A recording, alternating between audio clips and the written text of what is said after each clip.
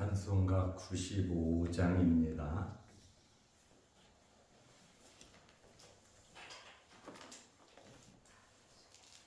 찬송가 95장. 나의 기쁨 나의 소망 되시며 나의 생명이 되신 주 밤낮 불러서 찬송을 드려도 늘 하신 마음 뿐일세. 나의 사모하는 선한 목자는 어느 꽃다운 독산에 양의 무리와 늘 함께 가셔서 기쁨을 함께 하실까. 길도 없이 거친 넓은 들에서 갈 길 못 찾아 애쓰며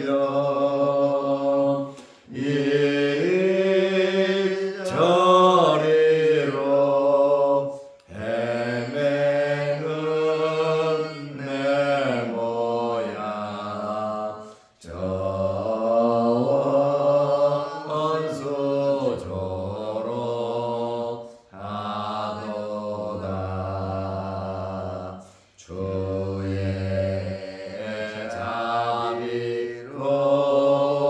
자비롭고와 평한 얼굴 모든 천사도 반기며 주의 놀라운 진리의 말씀에 전지가 와닿아도다. 나의 진정 사모하는 예수님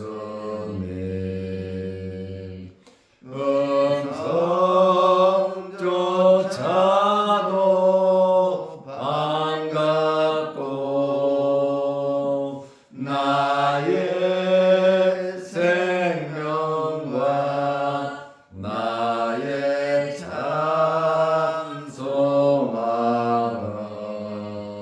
오직 주 예수 뿐일세.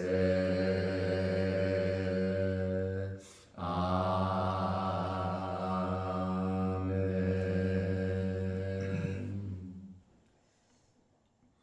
사도신경으로 우리의 신앙을 고백하겠습니다. 전능하사 천지를 만드신 하나님 아버지를 내가 믿사오며 그 외아들 우리 주 예수 그리스도를 믿사오니 이는 성령으로 잉태하사 동정녀 마리아에게 나시고 본디오 빌라도에게 고난을 받으사 십자가에 못 박혀 죽으시고 장사한 지 사흘 만에 죽은 자 가운데서 다시 살아나시며 하늘에 오르사 전능하신 하나님 우편에 앉아 계시다가 저리로서 산자와 죽은 자를 심판하러 오시리라. 성령을 믿사오며 거룩한 공회와 성도가 서로 교통하는 것과 죄를 사하여 주시는 것과 몸이 다시 사는 것과 영원히 사는 것을 믿사옵나이다. 아멘. 하나님의 말씀 누가복음 18장 1절에서 8절 말씀까지 보겠습니다. 예수께서 그들에게 항상 기도하고 낙심하지 말아야 할 것을 비유로 말씀하여 이르시되 어떤 도시에 하나님을 두려워하지 않고 사람을 무시하는 한 재판장이 있는데 그 도시에 한 과부가 있어 자주 그에게 가서 내 원수에 대한 나의 원한을 풀어주소서 하되 그가 얼마 동안 듣지 아니하다가 후에 속으로 생각하되 내가 하나님을 두려워하지 않고 사람을 무시하나 이 과부가 나를 번거롭게 하니 내가 그 원한을 풀어주리라. 그렇지 않으면 늘 와서 나를 괴롭게 하리라 하였느니라. 주께서 또 이르시되 불의한 재판장이 말한 것을 들으라. 하물며 하나님께서 그 밤낮 부르짖는 택하신 자들의 원한을 풀어주지 아니하시겠느냐? 그들에게 오래 참으시겠느냐? 내가 너희에게 이르노니 속히 그 원한을 풀어주시리라. 그러나 인자가 올 때에 세상에서 믿음을 보겠느냐 하시니라. 아멘. 8절 말씀까지 보았습니다. 여러분들이 기도해 주셔서 한 주간 일본에 잘 다녀왔습니다. 처음으로 제가 일본을 가봤는데 여러 가지 면에서 참 좋았다, 괜찮았다라고 이렇게 말씀을 드릴 수 있을 것 같습니다. 그리고 새벽 예배를 항상 나와서 빠지지 않고 이렇게 기도에 참여해 주셔서 대단히 감사드립니다. 그 오사카는 제가 오는 날 날씨가 22도였거든요. 또 그 당시 비도 왔고 공항에서 온도를 체크하니까 18도. 한국에 오니까 날씨가 굉장히 추워졌고 또 새벽에 교회 앞을 이렇게 청소를 하다 보니까 날씨가 많이 추워진 것을 느낄 수 있고 오늘 우리 장로님들 옷을 봐도 굉장히 두껍게 입고 오신 것을 보게 됩니다. 추워지는 날씨에 건강하시기를 바랍니다. 저는 새벽 예배를 일본에서 실시간으로 우리 교회 거를 보내줬기 때문에 같이 저도 예배를 드렸고 같이 기도를 드렸습니다. 함께 해주셔서 대단히 감사합니다. 오늘은 예수님께서 기도에 대한 말씀을 하셨습니다. 수없이 많은 비유를 말씀하셨는데 오늘은 처음부터 이 비유의 목적, 비유의 결론부터 예수님께서 말씀을 하시고 비유를 하신 것은 예수님의 비유 중에 처음이 아닌가 이렇게 말씀을 드릴 수가 있습니다. 기도는 꼭 해야 하는 필수이기 때문에 예수님께서 오늘 기도의 필요성, 기도의 중요성, 기도의 자세에 대해서 또 기도해야 하는 목적에 대해서 말씀을 하고 계십니다. 누가복음 18장 1절에 보면 예수께서 그들에게 항상 기도하고 낙심하지 말아야 할 것을 비유로 말씀하여 그랬습니다. 기도는 항상 해야 하는 것이고, 기도는 필요한 것이고, 기도는 그만큼 중요하기 때문에 예수님께서 이 기도에 대해서 비유까지 설명하면서 우리에게 말씀을 하고 있습니다. 비유로 말씀하셨다 이렇게 말씀하잖아요. 기도는 꼭 해야 되는데 쉽게 예수님께서 설명을 하고 계시는 겁니다. 기도는 해도 되고 안 해도 되는 것이 아니라 기도는 호흡과 같이 우리는 항상 기도를 해야 하고, 기도는 중요한 것이고, 기도는 왜 중요합니까? 하나님과 대화이기 때문에 그렇습니다. 기도는 항상 해야 하고, 기도의 자세는 기도하면서 낙심하지 말라고 말씀하셨어요. 낙심하면 기도하지 않습니다. 낙심하면 기쁜 마음, 즐거운 마음으로 하나님과 대화를 나눌 수 없기 때문에 그렇습니다. 우리는 기도를 하되 낙심해서는 안 된다라고 하는 그러한 말씀입니다. 왜 낙심하지 말라고 하셨습니까? 기도는 하나님께서 꼭 응답해 주시기 때문입니다. 기도는 하나님께서 들으시기 때문에 낙심하지 말라는 겁니다. 기도하면 하나님께서 움직여 주시고, 이 기도는 하나님 보좌에 올라가는 것이고, 기도는 하나님께서 기쁘시게 받으시는 향기라고 하는 그러한 말씀입니다. 기도는 정말로 중요하기 때문에 예수님께서 1절 말씀에 아예 기도를 말씀하시면서 목적에 대해서까지 말씀을 하셨어요. 기도하라는 겁니다. 기도를 하되 낙심하지 말고 끊임없이 기도하라고 하는 그러한 말씀입니다. 예수님께서 비유로 말씀을 하셨습니다. 재판관과 과부의 예를 들으셨습니다. 재판관은 어떤 사람입니까? 그 당시에 재판관이라고 하면 사내들인 공회의 회원이 재판을 했습니다. 특별히 로마의 식민지 지배하에 있었기 때문에 또 로마 사람들이 임명한 재판관들도 있었습니다. 재판관은 어떤 사람입니까? 물론 재판하는 사람은 법관이고 사회의 엘리트인 것은 우리가 잘 알고 있습니다. 이르시되 18장 2절입니다. 어떤 도시에 재판관이 있는데 그는 하나님을 두려워하지 않는다. 하나님을 믿지 않는 사람이죠. 사람을 무시하는 한 재판관이 있는데 사람도 무시한다는 거예요. 하나님을 두려워하지 않는 무신론자라고 하는 것은 자기 자신을 믿는 자입니다. 그리고 자기의 이익에 의해서 움직이는 사람입니다. 사람을 무시한다?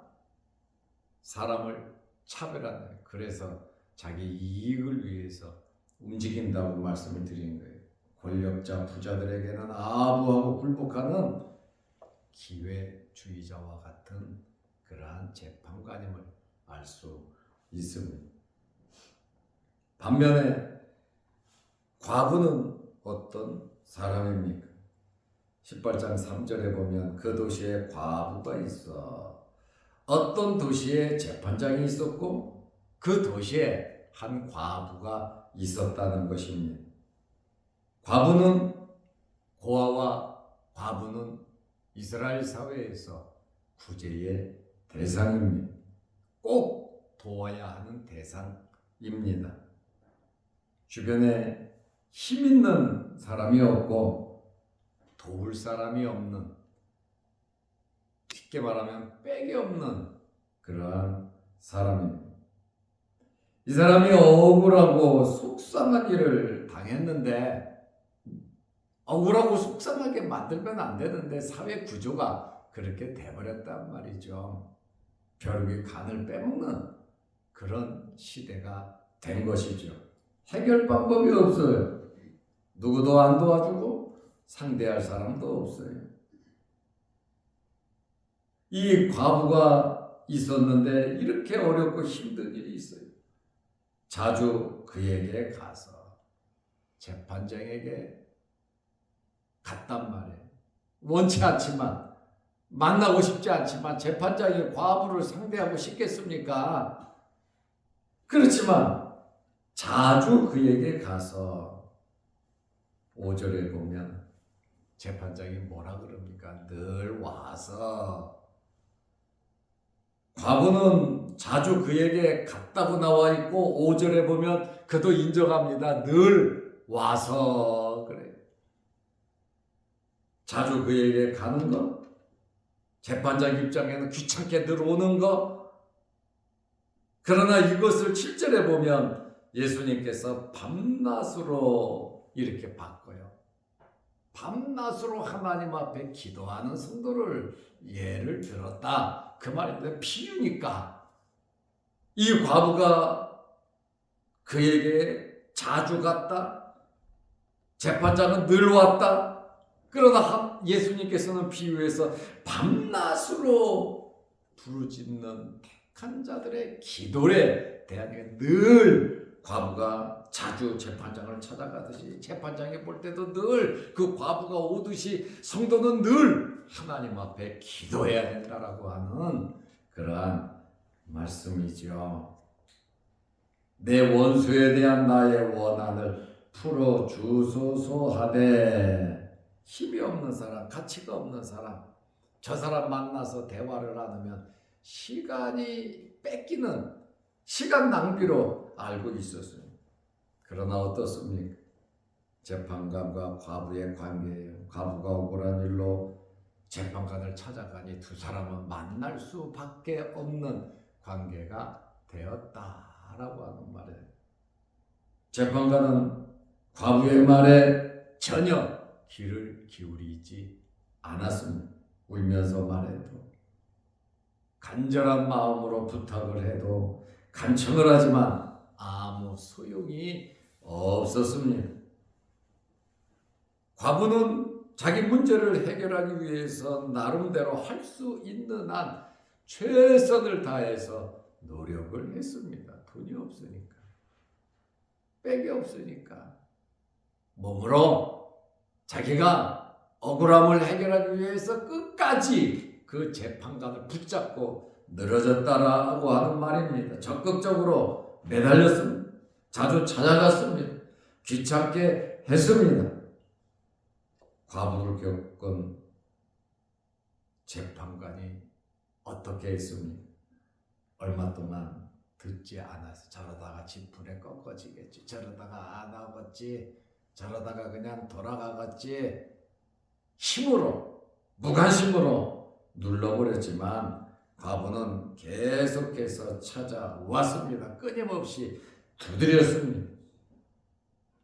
누가복음 18장 4절에 보면 자기의 교만됨을 이 재판장도 인정하고 말을 합니다. 그가 얼마 동안 듣지 아니하다가 그 얼마 동안 이 과부는 얼마나 속이 타고 애간장이 탔겠습니까?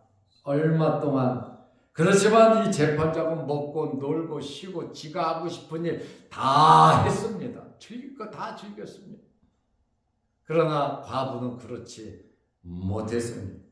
이번에 해결하지 않으면 나는 해결 방법이 없다. 그만큼 애절함과 간절함이 그 과부에게는 있었단 말이죠. 후에 속으로 생각하되, 재판장이 후에 속으로 생각하되, 내가 하나님을 두려워하지 않고 사람을 무시하나, 자기 자신의 본성, 교만된 그것을 말하잖아요. 자기 자신도 인정하잖아요. 과부의 원한을 풀어준다고 말을 합니다. 마음을 바꾼 것이 아니에요. 불쌍히 여긴 것이 아니에요. 18장 5절에 이 과부가 나를 번거롭게 하니 나를 번거롭게 한다. 내가 그 원한을 풀어주리라. 그렇지 않으면 늘 와서 나를 괴롭게 하리라. 여기 늘이라고 하는 단어가 텔로스라고 하는 단어인데 끝까지 끊임없이 저 여자 보니까 끝까지 끊임없이 와서 나를 괴롭게 할 테니까 돈도 필요 없고 다른 것도 필요 없어. 내가 귀찮으니까, 내가 힘드니까, 내가 괴로우니까, 저 여자 때문에 내가 아무것도 할 수 없으니까, 아우 성가시니까 내가 저 여자의 원한을 풀어준다. 그런데 여러분, 이 재판장이 원한을 풀어준다라고 하는 이 말을 깊게 생각해 보면 이 과부의 소원이 정당하다는 거예요. 그렇잖아요. 이 과부의 억울한 소원이 정당하지 않았다면 재판장은 사람을 불러서 쫓아내고 못 만나게 하고 어떻게든지 안 들어줬을 겁니다. 중요한 것은 우리가 놓칠 수 있는 그러한 생각은 이 과부의 소원이 정당하니까 들어준 거지, 정당하지 않았는데 들어준 것은 아니다. 억울함을 당했으니까 그렇게 봅니다. 풀어준 원인이 늘 와서 나를 괴롭게 하리라. 귀찮아서 과부의 소원을 들어주었지만 이 과부의 소원은 정당한 것임을 우리는 알 수가 있습니다. 예수님께서 이 비유의 말씀을 통해서 이 비유의 목적, 이 비유의 중요성, 또 기도의 응답, 낭망하지 말아야 할 그것에 대해서 말씀을 하셨습니다. 누가복음 18장 6절에 주께서 이르시되 불의한 재판장이 말한 것을 들으라. 재판장은 원치 않지만 귀찮아서 들어준다고 했습니다. 지금 이 재판장과 빗대서 예수님께서 하시는 말씀, 그러나 하나님은 그렇지 않으시다라고 하는 그러한 말씀입니다. 누가복음 18장 7절에 하물며 저 나쁜 재판관도 그 과부가 귀찮게 매일 찾아옴으로 들어주는데 하물며 하늘에 계신 하나님께서 그 밤낮 부르짖는 택하신 자들의 원한을 풀어주지 아니하시겠느냐. 기도는 아무나 하는 게 아니에요. 기도는 예수 그리스도를 믿는 우리의 특권입니다. 기도는 우리만 할 수 있는 거예요. 하나님의 자녀들만 기도할 수 있는 겁니다. 그들에게 오래 참으시겠느냐. 하나님께서 밤낮 부르짖는 택한 자들의 기도를 들어주신다는 겁니다. 그래서 예수님께서 억울하고 속상한 일, 그리고 여러 가지로 어렵고 힘든 일이 있을 때 하나님께 기도하라는 거예요. 오래 참지 않으시고 꼭 응답해 주신다고 하는 그러한 말씀입니다. 예수님께서 이 비유에 대해서 기도를 다시 한번 강조를 하십니다. 누가복음 18장 8절에 내가 너희에게 이르노니 속히 그 원한을 풀어주시리라. 하나님께서 그 밤낮 택하신 자들의 기도를 들으시고 하나님께서 속히 그 원한을 풀어주시리라. 그러나 인자가 올 때에 세상에서 믿음을 보겠느냐 하시니라. 인자가 올 때, 예수님께서 재림할 때 노아의 때와 같고 롯의 때와 같을 텐데 세상에서 믿음을 보겠느냐. 지금 기도에 대한 말씀을 하시고 곧바로 믿음에 대해서도 말씀을 하고 있습니다. 마지막일수록 믿음이 없어지는 그러한 시대가 된다는 거예요. 우리가 예수 믿었던 그 시절 60년대, 70년대 정말 얼마나 많은 사람들이 기도를 많이 했으면 기도원도 많고